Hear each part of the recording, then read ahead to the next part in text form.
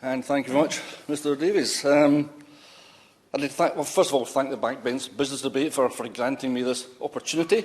I do regret this session is not fully hybrid, and the MPs who are in isolation or shielding to protect their health and the health of others are effectively barred from taking part. This only increases the pressure on members to travel when they could work from home, and forces those who support us to attend the state too. My first time back in the state for a wee while, and I was delighted to see new signs everywhere saying "keep left" and "keep moving." I'm hoping this is a new sign from the UK government.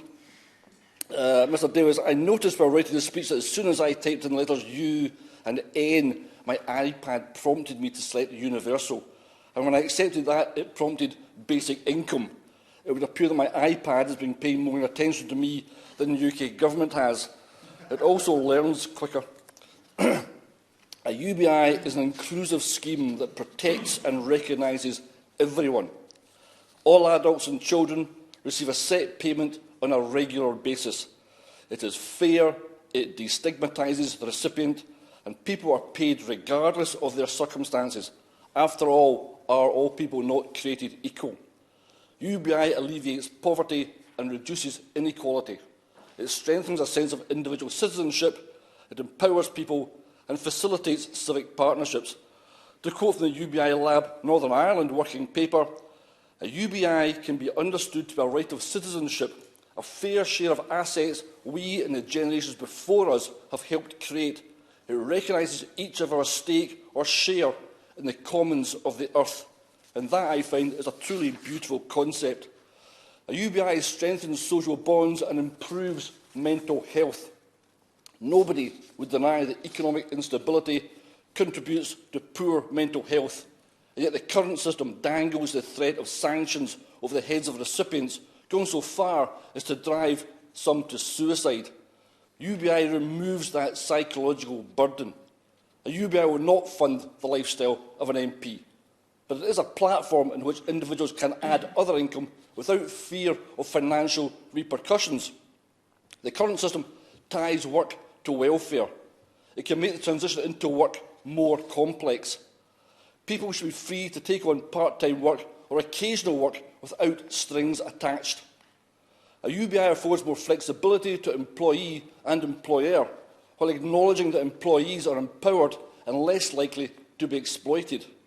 And it's permanent. It gives security and peace of mind.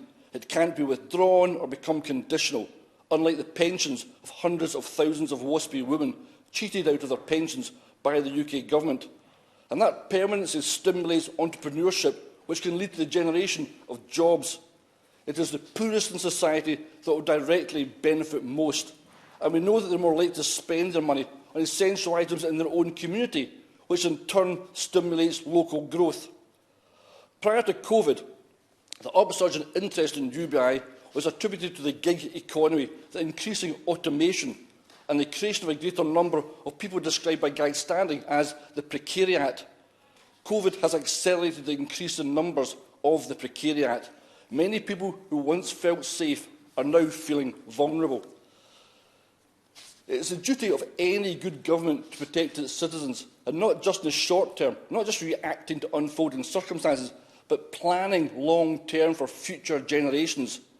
To that aim, pilot projects have already been run in Canada, USA, Kenya, Brazil, Finland, India, Italy, Uganda, Namibia, where versions of cash transfer projects have been run in Iran, Lebanon, Kuwait, Zambia, Zimbabwe. There are plans for UBI-type schemes in Spain, Switzerland, Germany and the Ukraine. I have a simple ask of the Minister. Has the UK government taken any steps to learn anything from any of those countries? And please do not quote me the Finnish Finance Minister who came out against it before the results were even published. And if the UK government thinks it's beneath them to be advised by foreigners, will they back pilot projects in the UK and learn from them? Northern Ireland is asking, Wales is asking, Scotland is asking, and England is asking. If ever there was a policy that could be pursued that would be welcomed across the United Kingdom, UBI is it. The 4 pilots proposed in Scotland are all well documented, and all we need is the cooperation of the DWP and HMRC. And these pilots will not only help us to learn about the economics of UBI, They'll help us understand the political, strategic, institutional, psychological and ethical feasibility of a UBI. When we exposed the UK to universal credit, it was plain to see that it had not been thought through fully, and it failed miserably, and ever since then we have been patching and amending the system. Had we run pilots for universal credit, we would have avoided many of the pitfalls and saved many people from suffering it caused. I will make the claims that UBI reduces crime, gives people more opportunity, improves health and mental well-being, improves community relations and contributes to a stronger local economy. Minister, run these pilots across the UK and prove me wrong. I know the Minister is not a fan of UBI. He will claim that the cost of UBI makes it a non-starter. Why even consider it if we can't afford it? Why run pilots that may tell us that it's amazing, it's magnificent, if we can't then implement it? Well, Minister, let's run the pilots, learn what benefits it does or does not bring, and then we can argue about the cost versus outcome. Because if the Minister is seriously telling me that if all the benefits that I am claiming can be proved, he would not move mountains to provide it for the citizens of the United Kingdom, then he's skating on very thin ice. The NHS did not just materialise out of thin air. It was not dreamt up one wet Wednesday afternoon in the tea room. It was not designed in the back of a fag packet. The NHS was introduced on the 5th of July 1948. But prior to this, half of Scotland's landmass had already been covered by Highlands and Islands Medical Services, which had been set up in 1913. HIMS acted as a working blueprint for the NHS in Scotland. It was directly funded by the state and administered centrally from the Scottish office in Edinburgh. It was a pilot project allowed to develop and grow. It uncovered unforeseen problems and fixed them. It ensured that on day one, the NHS was, to all intents and purposes, good to go. An interesting aside here, one of the administrators of the HMS was from my constituency, a Gurrock-born woman, Muriel Ritson. She was the only woman on the Scottish Board of Health in 1919. But by 1942, she sat in the Beveridge Commission, which assisted in establishing the NHS. The link is there for us all to see. She had learned her lessons and she brought them to bear many years later. She also attended the old school, about myself, and a member for North East Fife. As an American, Mary Breckenridge visited Scotland in 1924 and later built the Frontier Nursing Service in Kentucky based on the HIMS model. But not everyone saw the benefit. Just like today, the Conservatives argued against it.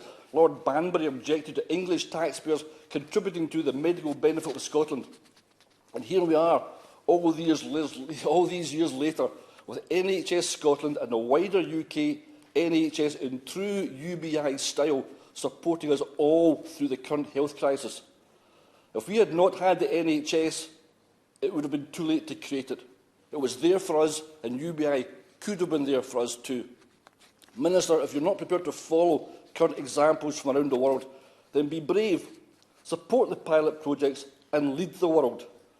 Yes, it will cost more. It will cost lots of pounds and lots of pence, but the value will be far higher than our current system, and the society it supports is too precious for it not to exist. While I don't doubt for 1 minute that budgets must be balanced, recent times have taught us that when the motivation exists, then purse strings can be loosened. I want to now quickly review the response of the Minister to UBI at a recent Petitions Committee debate. He had 3 objections. How do you afford it? The Minister explained that the Centre for Social Justice found that giving every working-age adult in the United Kingdom £10,000 per year would cost the region of £400 billion. Now, I can question that figure. He seems to think it's higher than that. I can question that figure. But his argument was that the average universal credit claim was more generous at £16,000 per year, completely ignoring the fact that the UC figure is per household. A household with 2 parents and 2 kids would only need £5,000 per adult and £3,000 per kid to meet his generous standards. I've just halved his £400 billion at one stroke. How would you deliver it? His next question. The simpler the system, the cheaper the delivery. And UBI is simpler. And even if it costs the same at the existing system, we're still no worse off. And then he went on to boast, my department and HMRC have done exceptional work throughout the pandemic to stand up new services and increase the capacity of existing ones. We've been able to move quickly to support over 9 million people. Genuine congratulations, very well done, a job well done. And I know my local DWP and job centre, the one job centre which is left in my constituency, have been quite superb. But with UBI, there would be no need for that. All payments would already be in place. With UBI, the safety net has already been built. You're not building it as you're falling. Certainly. Thank you, Chair. As my honourable friend is concerned as I am that during the pandemic, that although the Herculean efforts of the DWP staff was ensuring people were paid, that during the height of lockdown, there were so many people getting money taken off them, about £60 a month, due to advance repayments. It goes back to my original point that I don't believe universal credit is the solution we're looking for. It's been patched and amended, and when it's put under pressure, when there are changes in circumstances, it's a system which is not fleet of foot to cope with people's day-to-day living. And the Minister went on to, during the last debate, to say, and perhaps most fundamentally, what would actual impact be? The Minister had the temerity to say, this is the fundamental case against UBI. So it wasn't the cost, it wasn't the delivery, it's the impact of UBI that he does not like. The Minister states, unlike universal credit, UBI does not target support at those in greater need. Finally, he's got it right. Because you don't need to target them. Everybody gets it, no stigma attached. He went on to say that UBI does not take into account additional costs faced by many individuals, such as those with disability or those with childcare responsibilities. Yes, it does take that into account. Read the pilot project's proposals. Then, in sheer desperation, he goes for that old chestnut. To put it into perspective, Chair, UBI would be paid to you, me and all members of this House. Yes, it would, and I'll take it all back in tax. Thank you very much. And in vindicating the current system, the Minister, without a hint of irony, in his conclusions said the UK Government was providing millions to food charities to help get through to those who are struggling. And yet, if they had UBI, they wouldn't rely on charity from this one-nation conservatism-driven government. People don't want handouts, they don't want charity, they don't want the crumbs from the top table. They deserve a platform on which they can build, one that allows them to sit at the top table as equals, not beholden on their rich benefactors. Please, Minister, for the benefit of all 4 nations in the United Kingdom, support the plans for UBI pilots and allow us to move forward with a progressive welfare system that is practical and compassionate and fit for this century. The question is that this House has considered the introduction of a universal basic income. Christine Jardine. Thank you very much, Mr Chairman. It's a pleasure to serve under you, and I'd like to thank the Honourable Member for Inverclyde for such an impressive and informative speech about what UBI could bring to this country. I would say to the Minister that I stand here to make this speech today as a convert to UBI who 2 years ago at our party conference as DWP spokesperson, I was not in favour of UBI. I did not think that we should dismantle what we've got at the moment. We've had enough problems with universal credit without going back to scratch. However, that was before I had heard the word coronavirus. That was before I had seen the impact it was going to have in this country. Before we were in a situation where 8.5 million people, 4.5 million people in the UK living in poverty. Minister, coronavirus has changed everything. It's changed everything, and this is a metaphor I know has been used a lot. It's changed everything in much the same way as the Second World War changed everything for this society. In 1942, when Beveridge put together his report, there were a lot of people who said it simply couldn't work. It wasn't sensible. The country couldn't afford it. What on earth was he thinking about? And yet, Immediately post-war, the Labour government set about putting that beverage report into action. And what I would say today is that what this country needs now is that kind of vision, that kind of willingness to take on the challenge and to change society for the better, for the next generation. It's not an opportunity that we asked for. It has come in the form of a challenge. And it's probably the biggest challenge that any of us will face in our lifetimes. But we also have to see it as an opportunity to make progress. But why UBI? Well, the reason, frankly, I've become a convert has been the number of phone calls, the number of people who've come to me since March of this year. And with every day, every passing phone call, every person who thought they were financially secure, every person who'd spent decades building up a company, every person who was self-employed, who now finds themselves without the support they need for the future, has convinced me that the only way to tackle this issue fully and make sure everyone gets the support they need is through a universal basic income. It would help the people that we rely upon, that we often miss, the carers, the people who are low paid.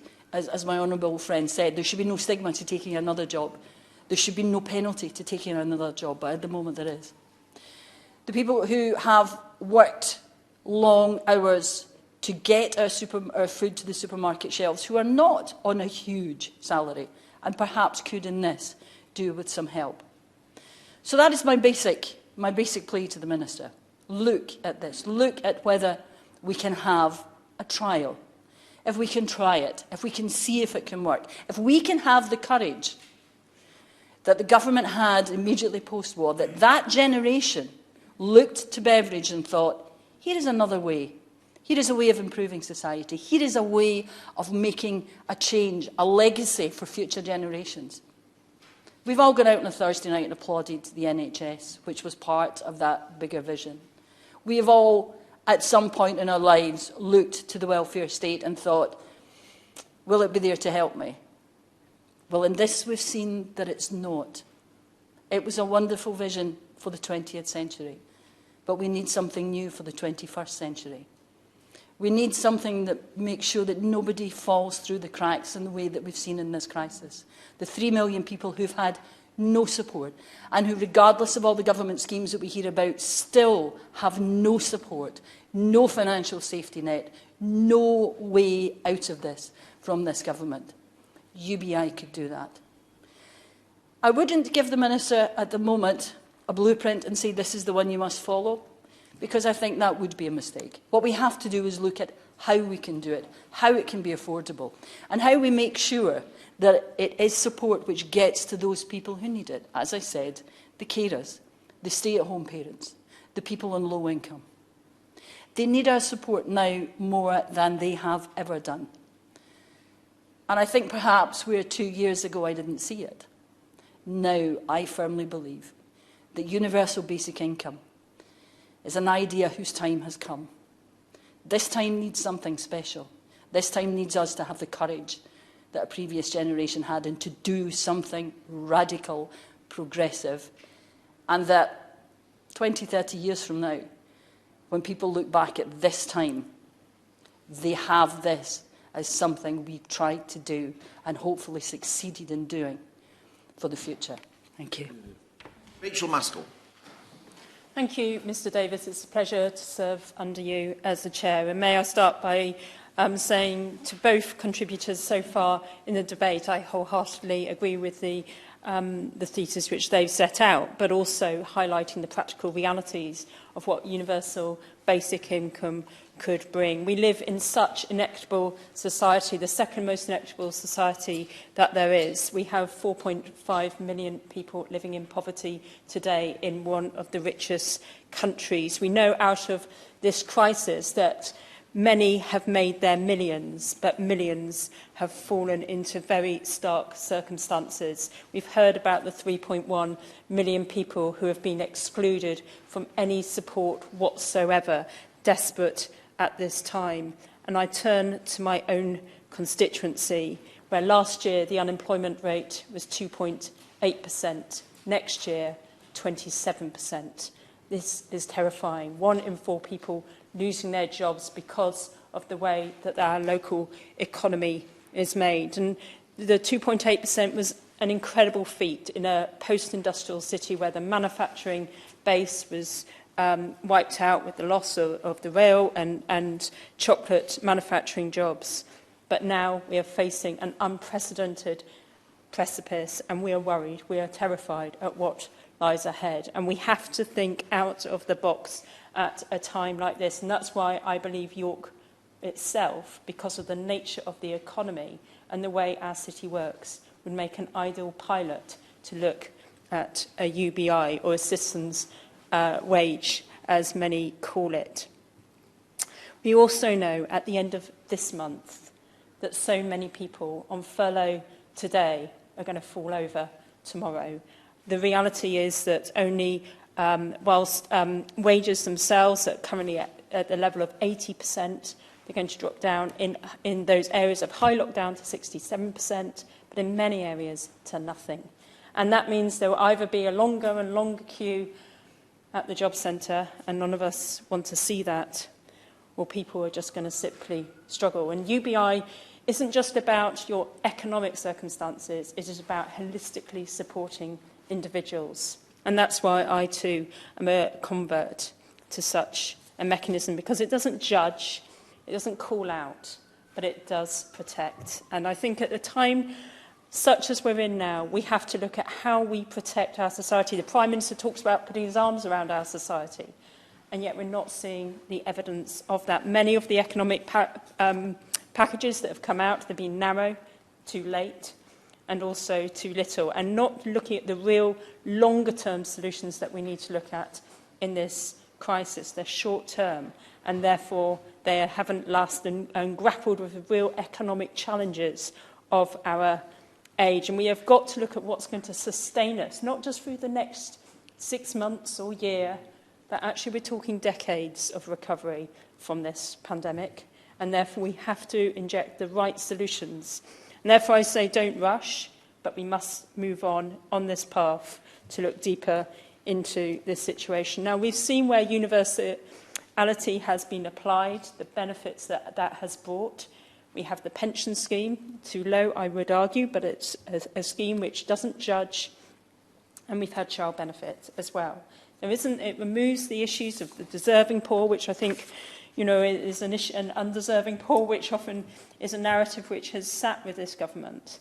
It doesn't judge, it recognises the real challenges that comes. And of course you sit it alongside a progressive taxation system, something that we desperately need in our country, which really does challenge those with the broader shoulders, but also supports those without that resilience. And therefore, I believe, at a time where we are seeing our high streets about to topple over, businesses folding, and our whole local economies and national economies spiralling, and York spiralling out of control, and people spiral down with it, we need that safety net and universal credit. It's been a good attempt, but it's judged, it's sanctioned, it's caused harm. People have to wait for weeks before they get any money. And in the height of the pandemic, it wasn't just 5 weeks, it was 8 weeks, 9 weeks that people in my constituency, the Minister's nodding his head, I was talking to my constituents. Yes, they were offered a loan to pay back. I'm telling you about cases the Minister cases in my constituency where people were waiting that length of time to get their hands on any money. Absolutely desperate, needing to use the food bank. Why are we doing this to people when we have got other tools that we can utilise? And that's why I believe universal basic income will bring the universality, collective responsibility of society and the solidarity to see people from this time. Now, I argued for it right at the start of this pandemic, seeing what was ahead, and I believe today ever more strongly that as we're seeing more poverty encroach, that we really must find proper solutions. We know at the moment there are so many people that are really struggling to pay their heating bills. I had a constituent come to me this week, people not able to afford to feed their family. And often it is the women in the family, the mothers, which do without to make sure their kids get what they need. It's tough. It really is tough. And my city, like so many other places, facing that. But one of the real benefits, I believe, of a universal basic income sits in this. At the moment, we know that people are in and out of work, sometimes because they're having to isolate, sometimes because the levels of work are fluctuating at such a pace. If I look at the self-employed, trying to get started and then falling back, trying to do a bit more work, but then the levels fluctuate back. Perhaps they can access workplaces they can't. If there was a steady income for the self-employed, what a difference that will make. What a difference for those entrepreneurs wanting to start their own businesses, but obviously need time to build up and to build their custom base through this. It can give them the underpinning they need in order to grow from that point. And then, of course, the people on statutory sick pay at the moment, those that get it and those that don't get it. This, again, will give more underpinning as people are having to move in and out of the economy. And for some people who are on those zero-hour contracts, they're getting paid, they're not getting paid. They don't know from week to week. And universal credit, whatever the Minister says in his response, is not agile enough to respond to the real economy that people are working in. A universal basic income would take that away and provide that underpinning, but also for those entering training and skills development, in and out, perhaps different hours at different times, perhaps full-time courses or not. It gives that underpinning, and it doesn't discriminate, and it doesn't call out those people, disabled people, or those people who are shielding, or anybody else. It doesn't judge in that way. It understands, and we need a system which understands people. And on top of that, and it came through to me very clearly in the coronavirus bill when we were debating it, the opportunities to volunteer through this pandemic. And we saw that incredible wave from the British people at the start of the pandemic. And no doubt, many people, as we get through this winter crisis together, and it's going to be a hard winter, will put their hand up and say, I will help. Now, it gives employers more flexibility, knowing that their staff as well will be out there volunteering, moving in and out of those volunteering opportunities as a society, as we pull together to get through this impossible situation. We have got to see that solidarity that is built, the flexibility built into being able to sustain ourselves through this crisis would be underpinned by a universal basic income. And that's why I'd say don't push this off the table, because a recovery UBI will help our economy to grow and establish itself again. And I think it's interesting that the Mayor of London and even Andy Burnham, as the Mayor of Manchester, Greater Manchester, has said that we need to look at this. And this is really my ask of the Minister today, is that we look at how we can build a foundations for a new economy that is fair, that doesn't discriminate, that is built on those principles of recognising that everybody wants to put in, but sometimes they need that help. And this is the fairest way to do this. So I'm asking the Minister today if he will commission a UBI commission to look at how this can work in different areas, the economic challenges of our age, the flexibilities that are needed to grow a new economy, and to report back to this House on that commission to show how we can actually build a stronger, better economy, fairer system for the future. Thank you. Lloyd Russell-Moyle. Thank you, Mr. Chairman. Yesterday, the Prime Minister responded to me when I asked what someone on a minimum wage who will have a third of their wage cut should do.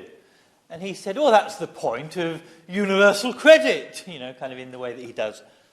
Well, I think he was getting confused slightly with universal basic income.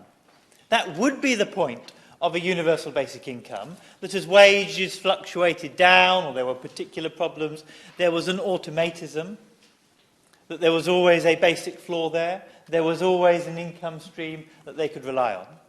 Of course, the reality is, we know with universal credit, there is an application system that is particularly difficult. The work component has been reimposed on universal credit here in this country since we've had lockdown. So it is not just a payment that goes in to support you unconditionally. And we know actually the stress and the period that you have to wait causes huge amounts of anguish for many of our communities. Because people do not see universal credit or job seekers allowance or the dole or whatever name is given to it as something that is their right or something that they deserve. They see it as something that they are being judged on to get, and many very proud people leave it until too late. They leave it thinking, I will use my savings, I will do the good thing for society, I won't go immediately and ask for support. But what that, of course, then means is by the time they're knocking on the door of the job centre, actually, they've already used up the little bit of resources that they might have that the government expects them to live on whilst they're waiting for an application. So how would we avoid a system that is degrading, causes mental health problems, causes people to rely on food banks?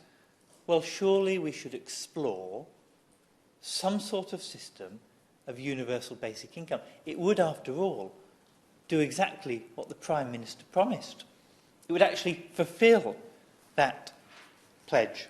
Now, UBI is not a replacement of UBS, Universal Basic Services. You need the NHS, you probably need a separate way of dealing with housing, you need lifelong learning, you need those things to go along with it. But what it is a liberating factor for those things that the government really shouldn't be providing. My view is the government should not be providing food parcels. The government or charities. And the reality is charities do it in large part. In Brighton, most of those charities are also supported by the local council through cash amounts for them to go to the cash and carry. That is not dignified. It is not dignified that people have to go and get a bag of pre-sorted goods for them to live on that week. And that, I don't think, is acceptable. And that is where a cash transfer is really important, because cash has a liberating element in those circumstances. It has a dignifying element in those circumstances, because then when you walk into the supermarket, you are able, on an equal par to everyone, to engage and purchase the things that you may like. A UBI is also not a substitute to a decent industrial strategy. You, of course, need to have strong trade unions pushing for greater conditions for the workers. You need to make sure that there are decent relations between employers and trade unions to ensure that you have industrial harmony. You need to make sure, of course, that we are pushing up the national minimum wage so it becomes a real living wage. All those things are needed as well. But if you don't deal with the transitions, particularly in a society where we have more transitions and we have less stability in the job market, then what you are doing is maybe helping those that are in full-time and stable work, which are less and less, but you're not actually enabling people to develop full-time and stable work positively. Look, I'm a universalist.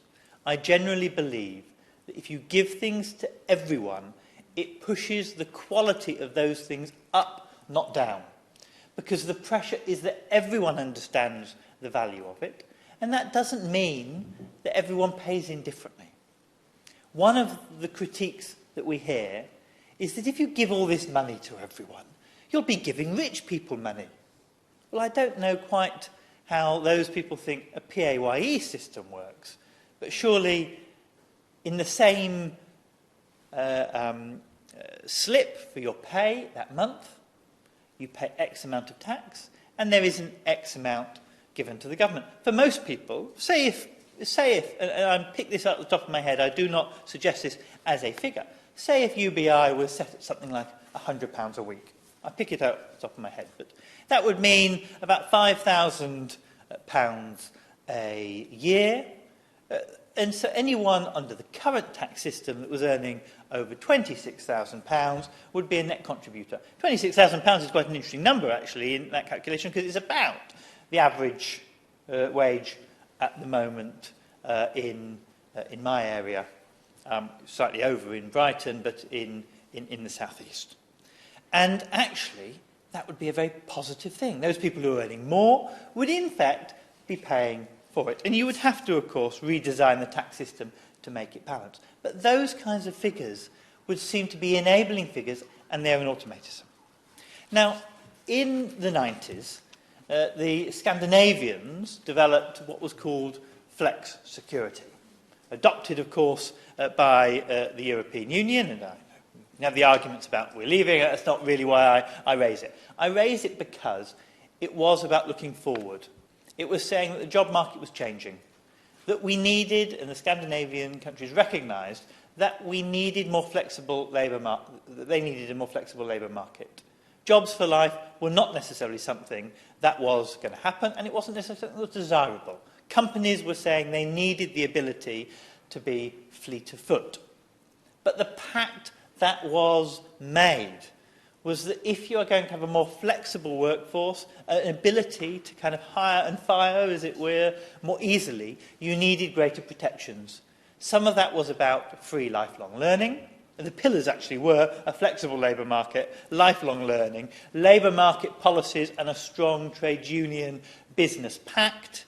And the final pillar of the European model was a model social security system with an adequate minimum support for all. Now look, the Minister, and I know his government, is slightly allergic to things that come out of Europe, but sometimes I think we should learn from those principles. And that principle was a decent forward-looking principle of how the labour market needs to look in the future. I want to see the ability for people who are creative not to be forced to go into cyber security, as the latest government advert suggests that they should do if they want to make ends meet.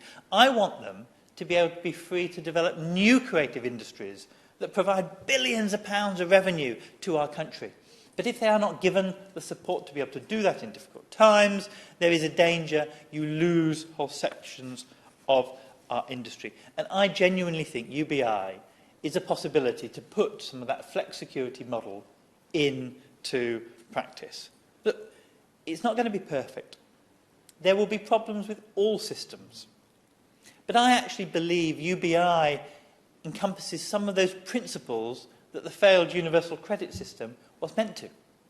It actually encompasses the idea that people can transition as it was meant to.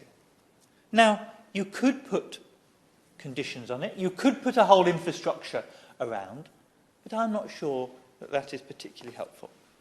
Finally, I think that UBI has the ability to rebalance our generational problem that we have at the moment. Now, we have a clear problem at the moment that many young people, and younger working age people, so probably under 30 or even under 40, so not that young in some accounts, but feel that they are getting a rum deal. They feel that they will never reach pension age because the age will increase on and on and on. They feel that the state has abandoned them in housing and in welfare. It offers them lower rates, under 35, lower rates on housing, etc. They feel that they are almost infantilized by the current system, and the pact, that generational pact, has broken. I actually think that's part of the problem that we're seeing now with with coronavirus. That actually a lot of young people aren't convinced that there is a generational pact of society because they don't feel that the state and society is actually bothered to care for their concerns. And they feel that huge amounts are given to pensioners. I don't think that's necessarily true. I think our pension is rather low, but that is not the feeling with lots of people. A more universal basic income, which of course has a differential on age, children's benefit would be slightly lower, working age people, and then pensions, so of course it increases. But something that is a continuum, I actually think, rebalances that understanding of a generational pact that everyone gains. And I think that would really transform our society for the better. And that's why I hope the government will at least explore some real decent pilot schemes. Thank you, Mr. Chairman. Wendy Chamberlain. Thank you, Mr Davis. It's a pleasure to serve under your chairmanship, and I'd like to start by congratulating the Honourable Member for Inverclyde and, as he acknowledged, fellow Greenokian for securing this important debate. And I would like to add my agreement that the pandemic has both made the case for UBI and made it ever more urgent. At the outset of the pandemic, I and others welcomed the government's financial support schemes, and I'll admit generally accepted the case that using existing HMRC mechanisms were the most efficient way of getting support out quickly and effectively to both employers and employees. But as time has passed, we now need to recognise that millions of people have missed out on any support and that they continue to do so. And I'm sure, like other members here, I've had many constituents get in touch who missed out on support because they were employed a day after the furlough cut-off, or because their old employer wouldn't rehire them, or they missed out on the self-employment income scheme because they couldn't jump through the Treasury's hoops, and so therefore weren't able to access the support they desperately needed. And we've all heard these stories, and that's why many of us are members of the Gaps in Support All-Party Group, ably chaired by my honourable friend for Caithness, Sutherland and Easter Ross. And it's impossible to listen to these stories and not feel a huge amount of empathy towards these people who face an incredibly difficult year and now find that further months of restrictions are looming. 3 million were excluded, and in some cases, many were excluded on an entirely arbitrary basis. And despite the campaigning of many, the government has consciously continued to exclude these people. If you got no support at the start, you still aren't getting any now. And other members have referred to members of our society who are sadly all too familiar with the challenges involved in engaging with our welfare systems. But without access to the current support schemes, many have, and many who thought they would never have engaged with DWP and universal credit support for the first time. Now, staff within DWP have worked incredibly hard at this challenging time, and I commend them for it, and I acknowledge that I've, as a member, had support directly from them as well. And I also acknowledge that the government has temporarily increased the universal credit standard allowance for 2021 and relaxed the minimum income floor for the duration of the crisis. But this demonstrates that every support mechanism currently available has eligibility conditions, and therefore it's inevitable that people will miss out. And that's often why they contact us as their members of Parliament. And that is why UBI is such a powerful idea. There are no hoops to jump through, there are no complicated terms and conditions which exclude, there is no sense of arbitrariness. We heard yesterday about further restrictions, and we've already had more restrictions put in place in Scotland, and I'm glad that the government is bringing forward further economic support. But I am disappointed that several months on from the initial lockdown and facing renewed restrictions and a surge in infections and hospital admissions, we still seem to be no clearer on test and trace, or a job support scheme that actually reflects the reality of operating under current restrictions and the seasonality of work in constituencies such as mine in North East Fife that rely on tourism, for example. Indeed, it feels like we are back in emergency measures. We're back on Paymaster General calls to unblock issues on getting responses from government departments, for example. Beyond COVID, there has been support for UBI pilots, and in Fife the preparatory work has been done. They just need permission to run the pilot scheme. Instead of relying on evidence from elsewhere, let's develop our own evidence base. Then we will be best placed to assess whether UBI will work and what income and infrastructure would be required to deliver it. And this is work, arguably, that can start quickly and report quickly as well. Many this year who assumed that the safety net of our welfare system would be there to catch them have found the holes too big. Exploring UBI is a way of dressing these holes and providing a platform for future prosperity and economic recovery. It's a pleasure to participate in this debate. First of all, can I thank the honourable gentleman for Inverclyde for setting the scene, and I'm very pleased to make a contribution in this. And I'm also pleased to see the Minister in his place. He knows that, and I believe that he will do his best to respond to what we're asking for. COVID-19, as others have said, Mr Davies, over the last few months, indeed, I recollect many of my conversations with my constituents back in March of this year when we were discussing these matters. Never at any point did I honestly ever think we were going to end up where we are now. The perception of having these restrictions in place, even as we were fast hurrying towards the changes, I absolutely envisaged just exactly where we were. I want to put on record, Mr Davis, I think it's important we do so because others have done it as well, and I think I would like to do it because it's important to have it for answer. And to thank the government and ministers and the Chancellor and everyone who has been very forthright and very helpful. Many of my constituents in Strangford have survived until now because of government's commitment and help.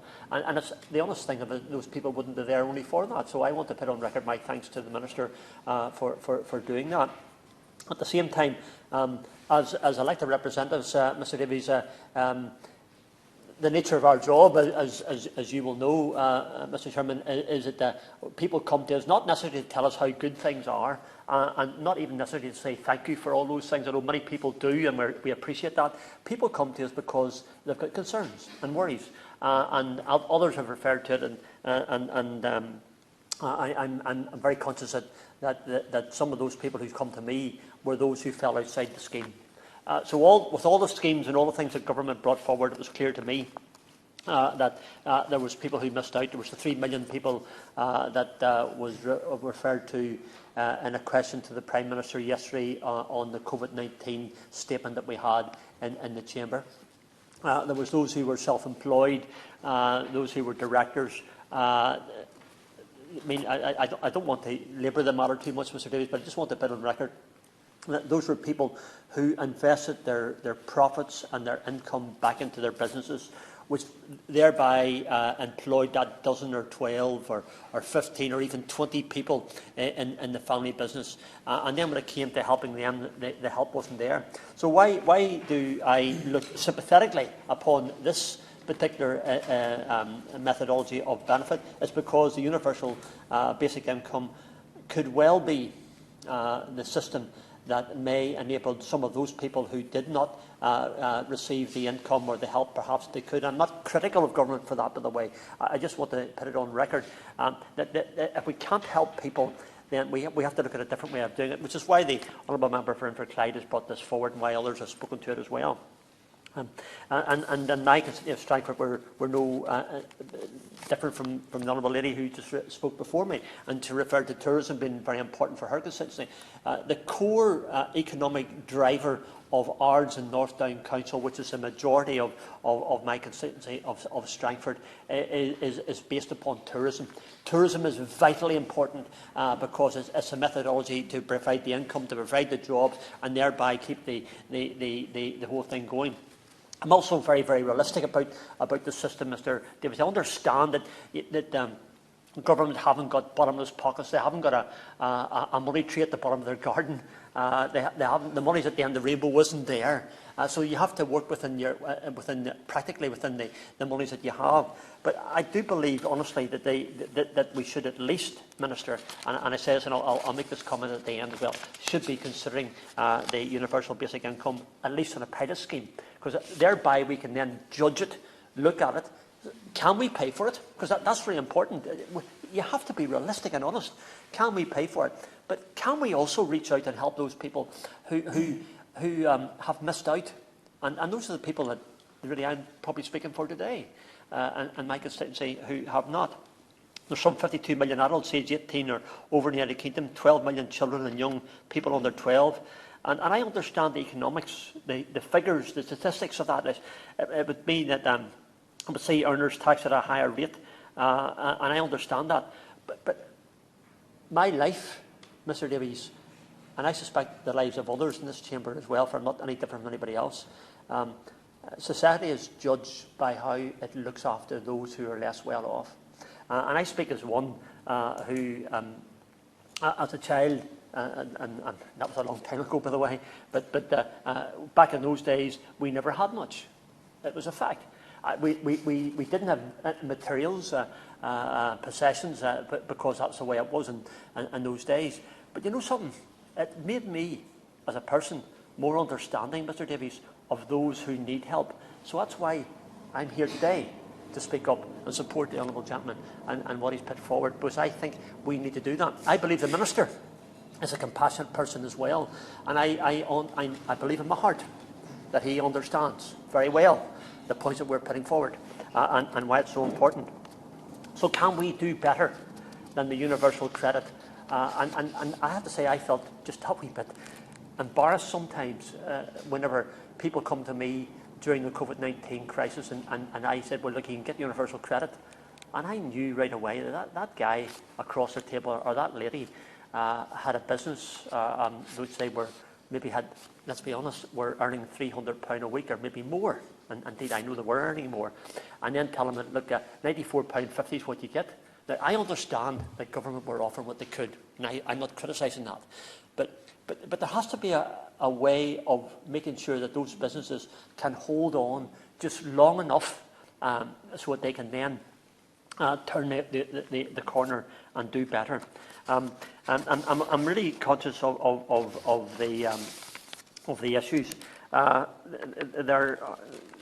We need to have conditions when it comes to universal basic income.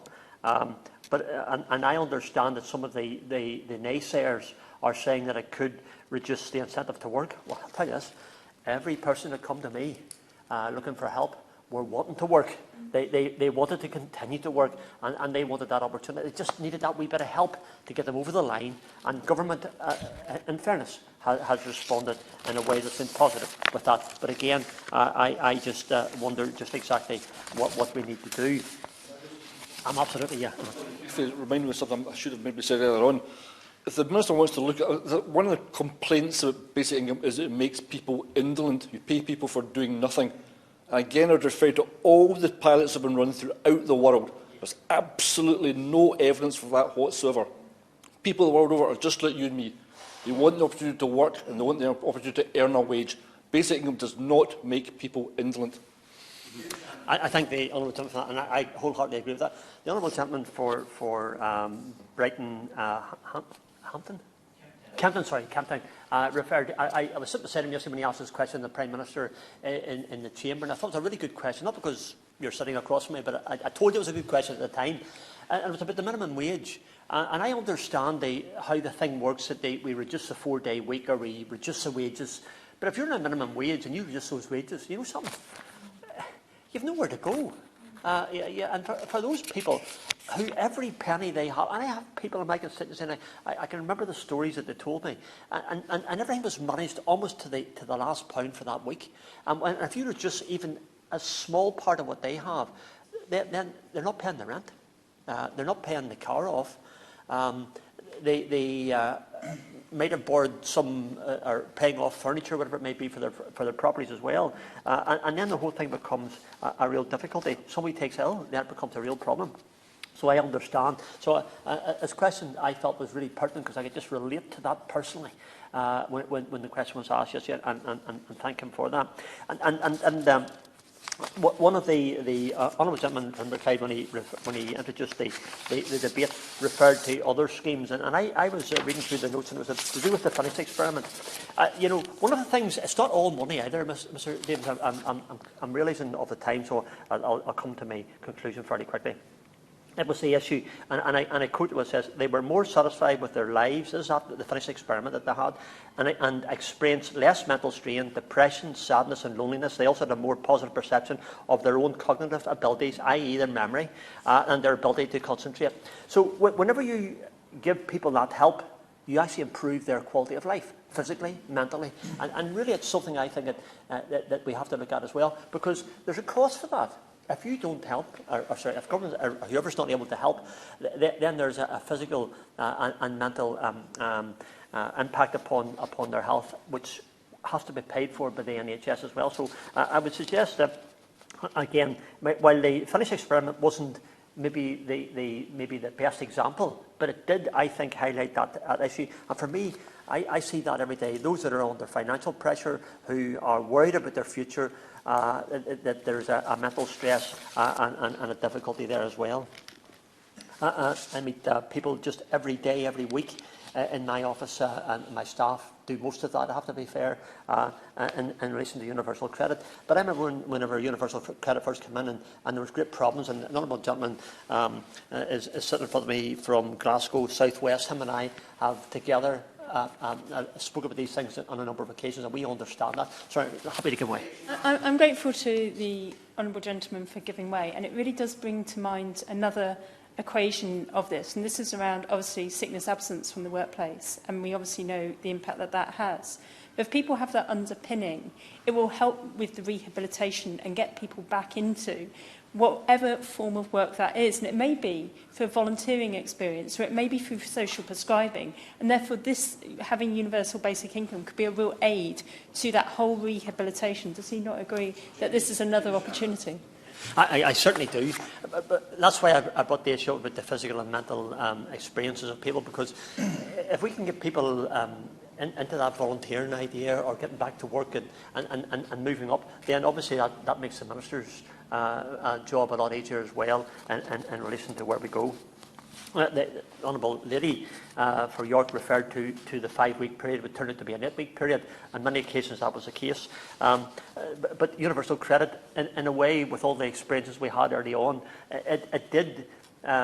we overcame many of those issues, and government did that as well. So I would just say to the Minister very gently that perhaps maybe we should be looking at a methodology of the universal basic income, at least on a pilot scheme, I believe, because a pilot scheme then government can then perceive or look and challenge and look over and investigate the issue to see if it is possible to do.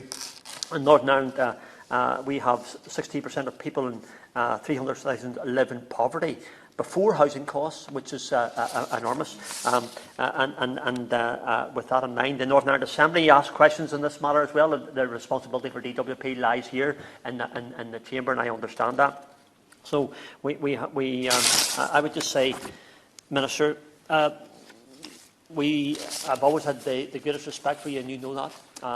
And I believe you to be, Minister, a compassionate person who can understand why we and why the Honourable Gentleman for Inverclyde and others have spoken this. We believe that there's a necessity to have the universal basic income looked at as a pilot scheme. I believe it will help others, and therefore I would, with others, ask for that as well. Thank you. Chris Stevens. Well, thank you, Mr Davies. It's a pleasure to see you in the chair, and I think this has been a fantastic debate this morning, where everyone has came to a consensus, and we'll see if that lasts as the debate goes on. I have to say it was led superbly by my honourable friend for Inverclyde, and I'm very much subscribe to his advice that we should all keep left and keep moving, something I believe that we should all do, Mr Davies, and indeed would encourage the Minister, who is shaking his head for reasons that are beyond understanding. But he also said that pilots are being asked for across the UK and should be supported, and that's something that I'll be coming to in my remarks. Now, Mr Davies is someone who's on the DWP Select Committee. I can tell you that the Select Committee will be looking at universal basic income, and there are already been 20,000 individual submissions to the Select Committee asking the Select Committee to not only look at universal basic income, but supportive of universal basic income and what the benefits of a universal basic income would be. And I'm very much struck by just about everyone's contribution in relation to the disadvantages of universal credit, particularly the 5-week rate, something the Select Committee is currently looking at, and of course the advance repayments model.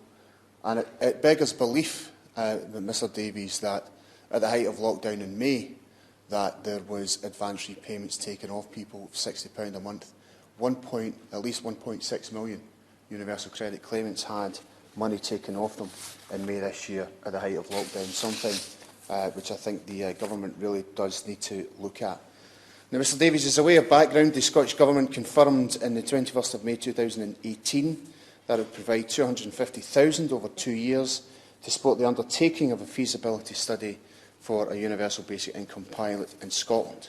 In June 2020, the group established to explore the feasibility of conducting a citizens' basic income pilot concluded that whilst a basic income pilot is desirable, it's not feasible within the current devolved settlement, as the necessary welfare and tax powers remain with the UK Government through the Department of Work and Pensions and HMRC.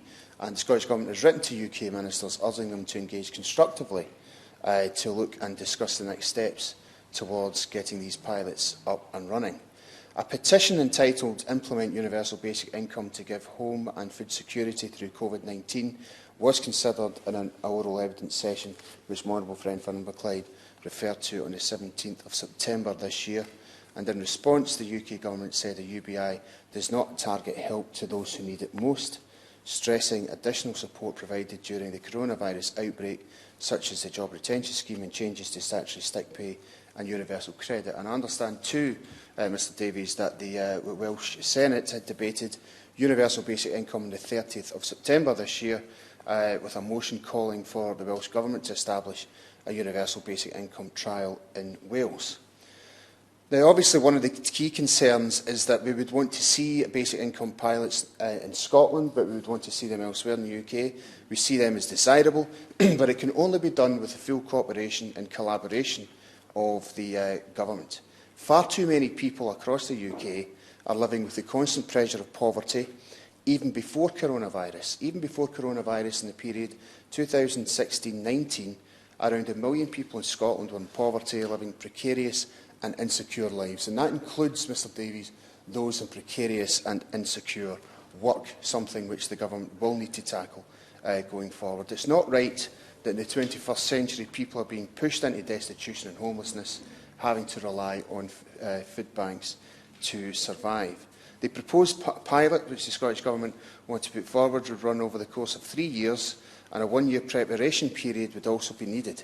Even with a pilot, it should be understood that such a systematic change to the welfare state could take many years to introduce. Commenting on these matters, the SNP Social Justice and Fairness Commission has produced a discussion paper, A Secure Income for All, which explores the principle of the state providing a secure minimum income with a more in-depth examination of universal basic income. Now, as many have said, Mr Davies, the current situation with COVID has exposed the pre-existing vulnerabilities and shortcomings of the welfare and social security system. Our social security system is an essential public service, like our National Health Service, and it should be properly funded and designed to support us all in times of need. Instead, it's our view the government has eroded the social safety net over the last decade through brutal cuts and poverty-inducing policies such as the benefit sanctions regime, the benefit cap, the two-child limit and the bedroom tax. And even with the temporary £20 per week increase to the Universal Credit Standard Allowance that the UK Government has called generous, people out of work today are still £1,000 per year worse off compared to 2011. We would want to see that £20 per week increase be permanent and not temporary, and it's disappointing that the UK Government has refused to provide statutory sick pay to all those told to self-isolate as part of contract tracing. Indeed, if we look at the figures of the statutory sick pay, the UK Government's current rate is £94.25 per week, and comparing to Ireland's of £266 per week, and other countries such as Germany and Austria, where it's £287 per week. So the UK Government has the current second lowest rate in the European Union in terms of statutory sick pay. And as the Honourable Member for Strangford and others mentioned, during this COVID period, those who we would consider having perhaps comfortable lifestyles before COVID-19 no longer have that comfortable lifestyle, and indeed that's one of the reasons why a universal basic income perhaps could and should be a solution going forward. We believe it's indefensible for the government to obstruct potential solutions to poverty, such as basic income pilots. And as was called for by many political parties, and I think referred to particularly by the Honourable Member for Edinburgh West, is that there was a call for an emergency basic payment to be put in place to put in people's pockets and families during the COVID crisis. Now, an emergency basic payment would not be, of course, a universal basic income, but it would be going some way towards ensuring that people would have a secure income. And I think that that is something which is very much something which we believe the government will need to go back and look at as to whether to ensure that the 3 million who've been excluded, which has been referred to in the debate, Mr Davies, is something that certainly a payment, an emergency payment going to everyone, is something that I think that the government will need to now consider, particularly as we're seeing local, regional lockdowns having to put in place across these islands. So, Mr Davies, we would certainly wish to encourage universal basic income. We would want to encourage the Department of Work and Pensions to engage with all devolved administrations and any local authorities who want to put in place a basic income pilot, wherever it is in these islands, and we believe the time has come for that to take place and for that to happen. Thank you. Alan Buck. Thank you very much, Mr Davies. It's a pleasure to contribute to this debate under your chairmanship. And I'd like to start by congratulating the Honourable Member for Inverclyde and others for bringing this debate this morning. And we've heard some very strong contributions from the members present who have critiqued the existing social security system and in particular how its weaknesses have been exposed during the current pandemic. And I think that's absolutely right for reasons that I will come on to.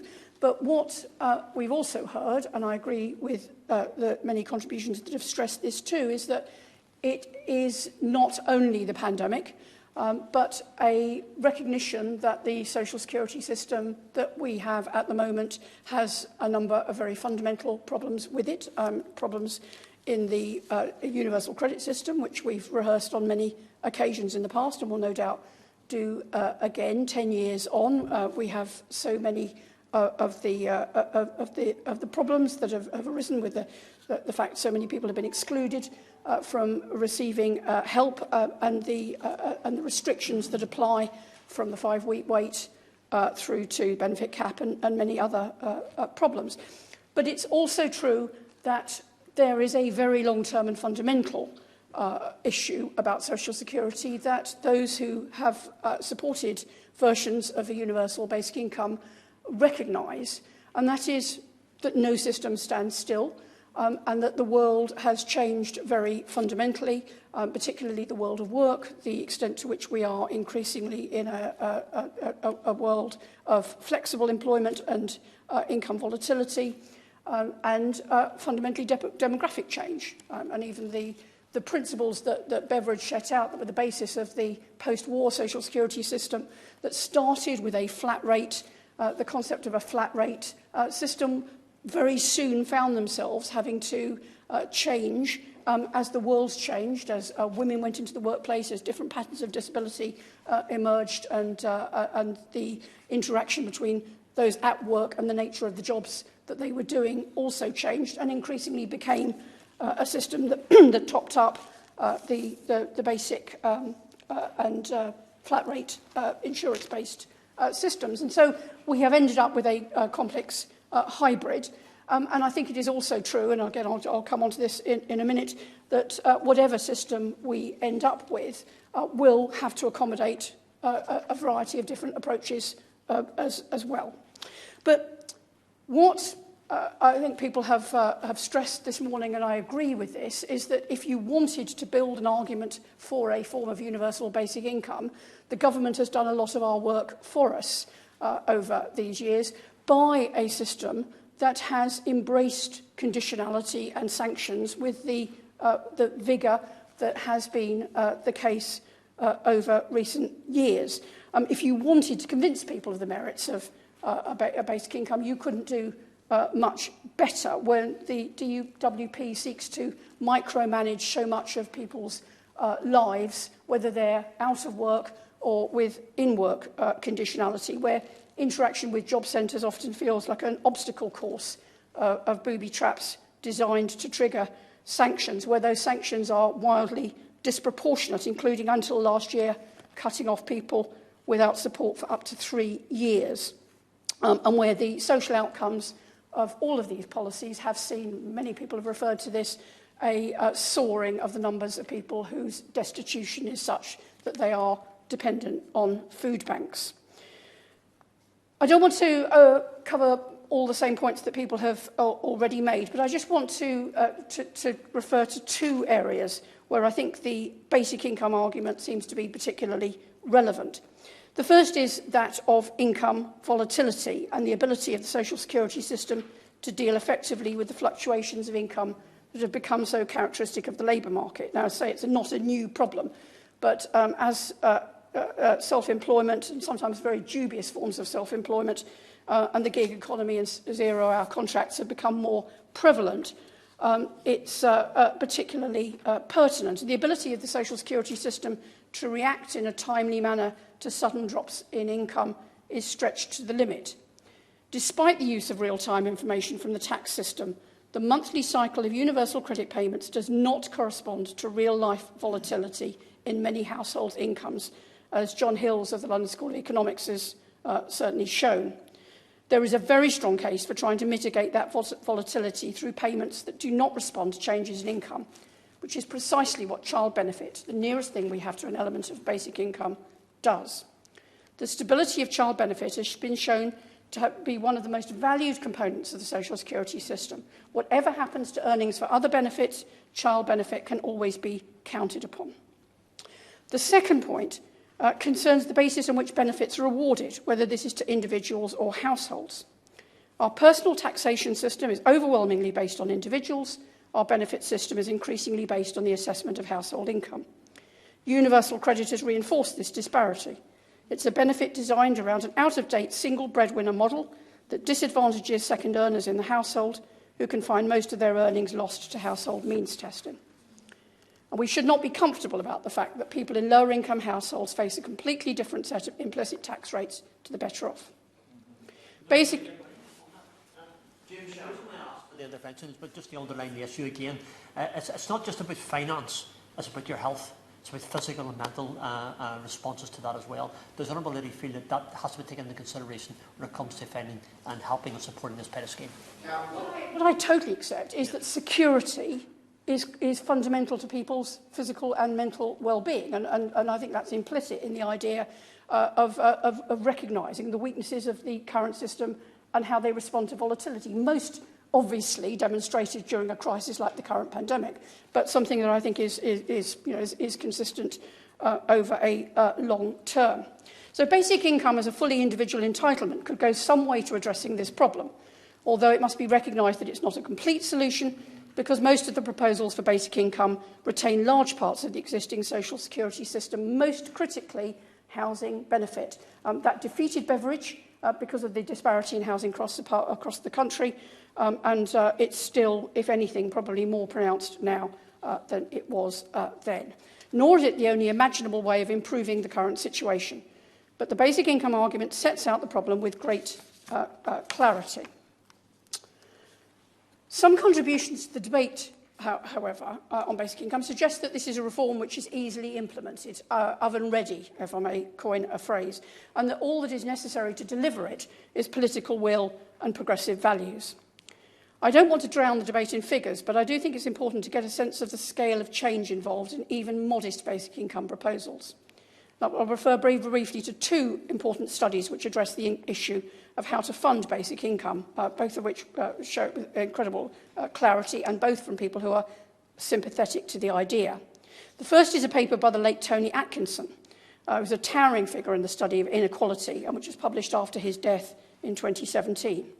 Tony Atkinson favoured what he called a participation income, which would be conditional on some form of social contribution, but not on paid work. But as those conditions don't influence the modelling, we can take the results as relevant to basic income in general. The adult participation income in his modelled scheme is £75 a week. Child benefit is raised to £52.60 and to £89 for the first child. So this is a scheme that prioritises children and is certainly not extravagantly generous to adults. Other social security benefits would be retained, so it's essentially a partial basic income scheme. The modelling of this shows that it would not eliminate poverty, but it does lead to significant reductions. How is it funded? The personal tax allowance is abolished, so income is taxed from the first pound. The basic rate of income tax rises from 20% to 30% from the first pound of earnings, rising to 40% at a gross income of 25k, to 50% at 45k, and 60% at 90k and beyond. An earned income tax discount is introduced to avoid excessive taxes on lower income groups.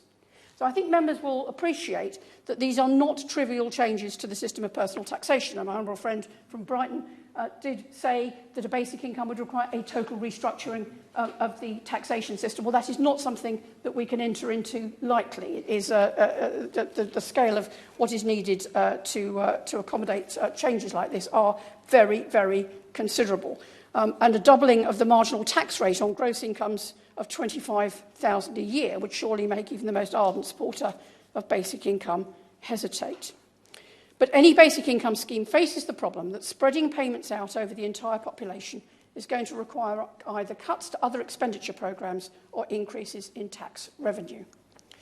The Compass basic income model, also very widely quoted, was not offering a blueprint for immediate reform. The other scheme is the Compass scheme, which is intended as a policy that could be adopted fairly immediately.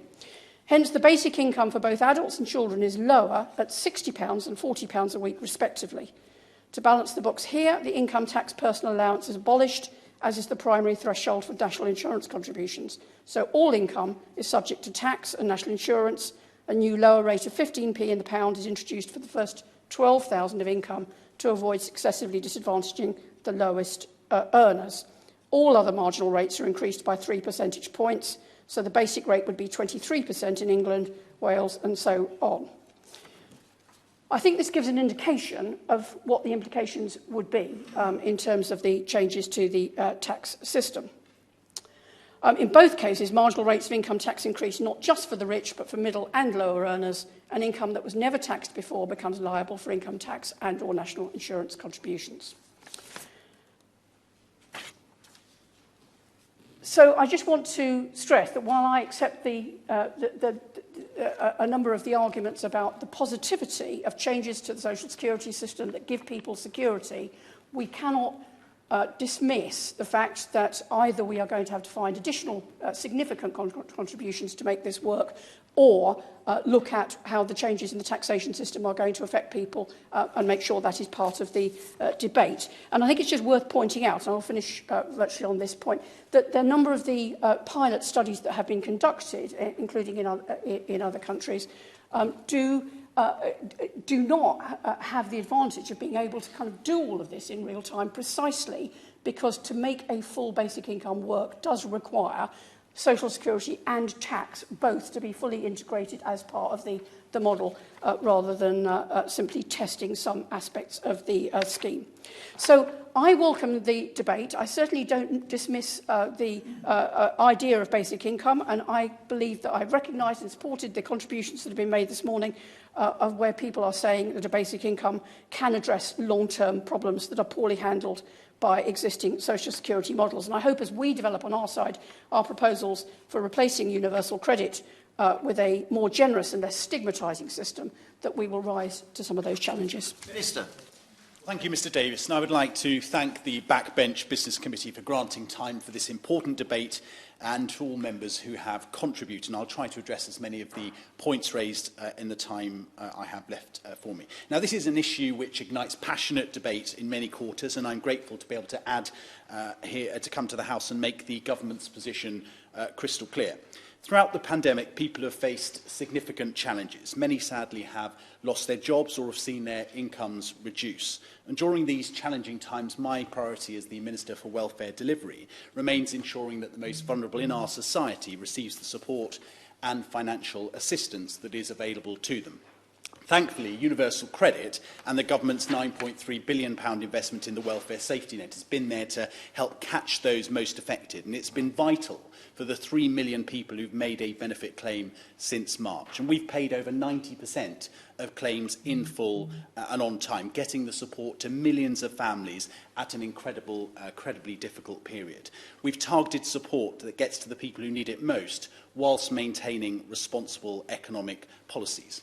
Now, despite the success of universal credit, some still attempt to deride the system, instead demanding what they call a universal basic income, or UBI. The concept has been explained today, a standard monthly allowance paid to all working-age adults regardless of their circumstances. And it may, at first glance, appear appealingly simple. But in reality, it would be a costly mess that would leave the vulnerable in society far worse off. It would disincentivise work in key industries and leave the country's finances in ruin. Now, the universal credit system, on the flip side of that, has proven it is up to the challenge. And looking to replace universal credit at potentially astronomical cost would provide little benefit to anyone, not least those who rely on our welfare safety net the most. Mr Davies, I hope that my clear arguments against UBI set out today will make clear that the government has no plans to adopt this policy, and for good reasons. It is not in the interests of the taxpayer or those who rely on our welfare safety net, rather than continuing to push the unrealistic and damaging idea of a UBI. Its supporters would do well to look at the welfare safety net we already have in this country. And I intend to cover 3 areas, if possible, within the short time that I have left, and that is cost, delivery and impact. So firstly, turning to cost. A 2018 report by the CSJ found that giving everyone over the age of 16 in the UK £10,000 a year would cost £500 billion. Now, despite these staggering sums being paid out, a UBI would likely leave the most vulnerable in society worse off. And as soon as you think about the people who need more support from the state, the supposedly simple idea of a UBI quickly starts to unravel. Now, to even begin, very quickly, sir, of course. Is that gross or net? Minister. Is that gross or net? The 10,000. The 500 billion.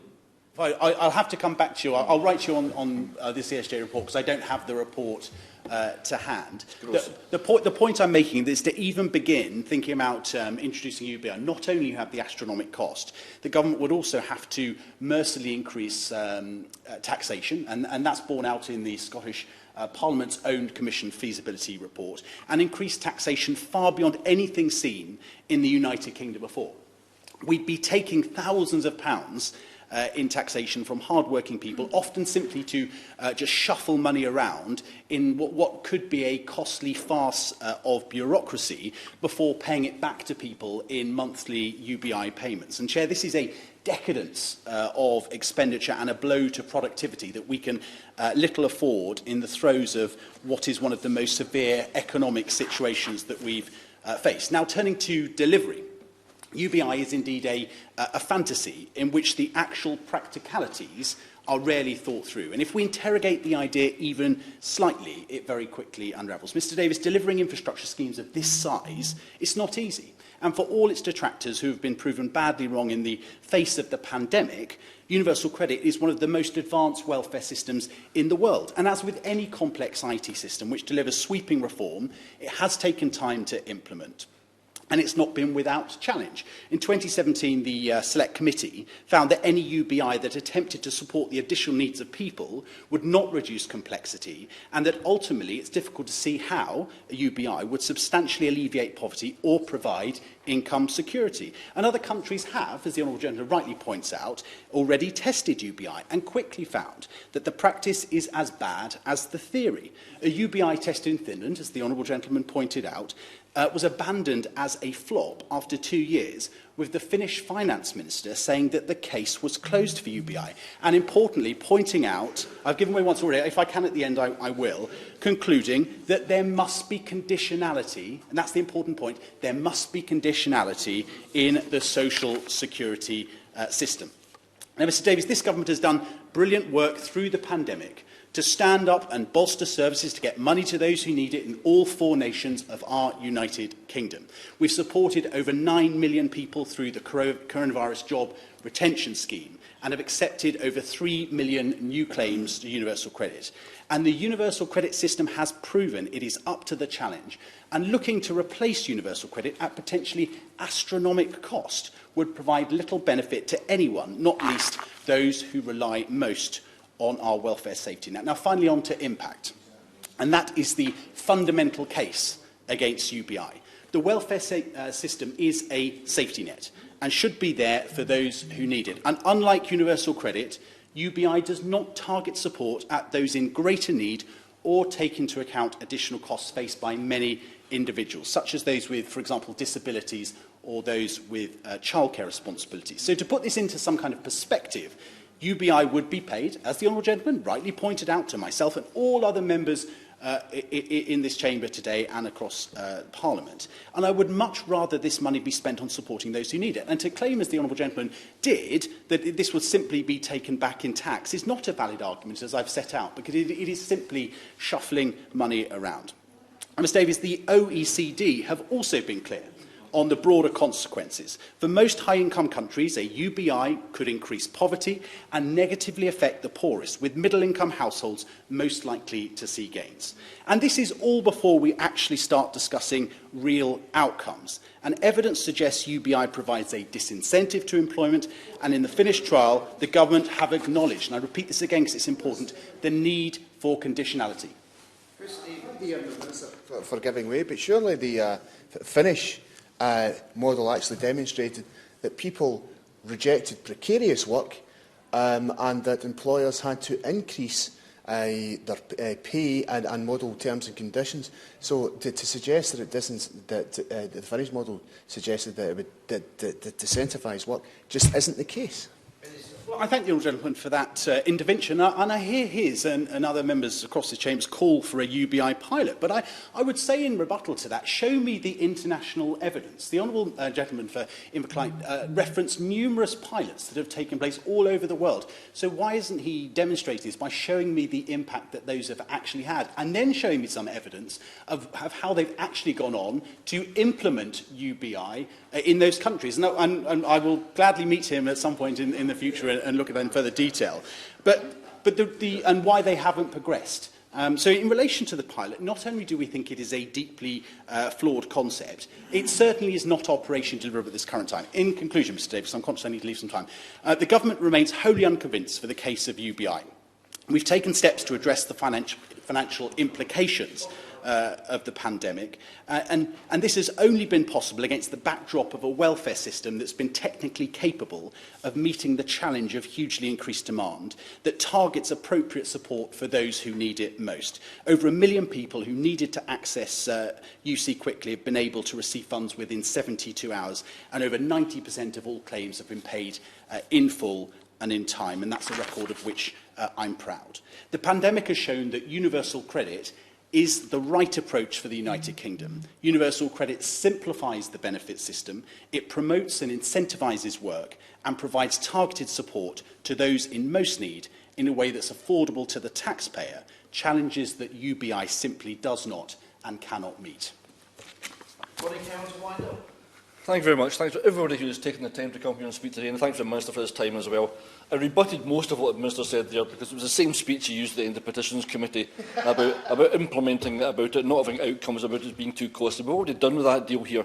But what I'd like to say is, I was touched on earlier on by the Labour Front Bench spokesperson, if you really want to see how these models work, and we've all got numbers we can put into boxes and add up and subtract and play all these games with.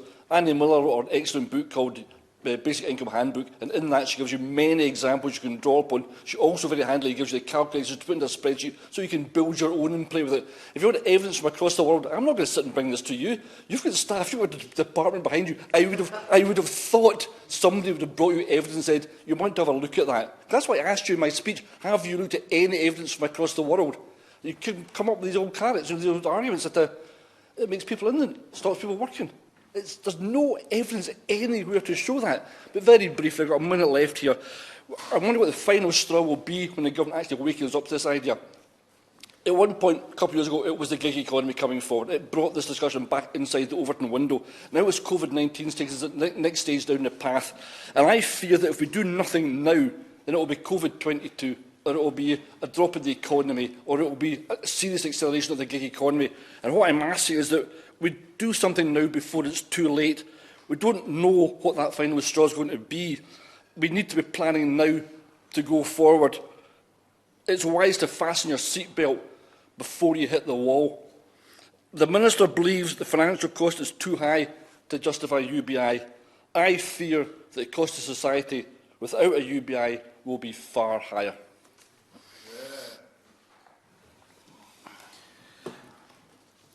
Order.